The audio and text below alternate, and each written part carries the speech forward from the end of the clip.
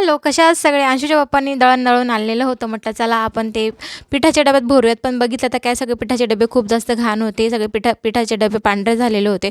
मग म्हटलं चला अगोदर ते घासून घेऊयात आणि मग एक काढायला गेली तर मग सगळेच मला भेटले, की चला म्हटलं हे पण घासू, ते पण घासू. असे 4-5 डबे मी काढूनच घेतले आणि त्यानंतर ही गाळणीसुद्धा होती पीठ गाळायची, तीसुद्धा मी चांगले घासून टाकल्या.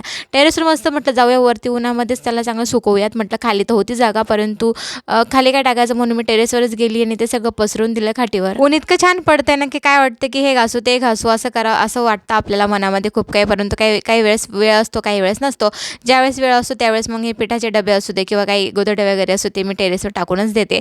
त्यानंतर खाली आली. खाली आल्यानंतर मला स्वयंपाक बनवायचा होता. स्वयंपाकामध्ये आज नॉनव्हेज होतं. जेवण करून जी झोपली ना मी सायंकाळी 6लाच उठली तर बघा बाहेर एवढा अंधार पडलेलं होतं. ते डबेवरती टाकून आलेली होती ते खाली घेऊन आली. त्यात जे डब्याचे झाकणं लावायचे होते झाकणं लावून दिले. त्यानंतर पीठसुद्धा भरून दिलं. चला तर मग आता भेटू आपण उद्याच्या ब्लॉगमध्ये. तोपर्यंत बाय.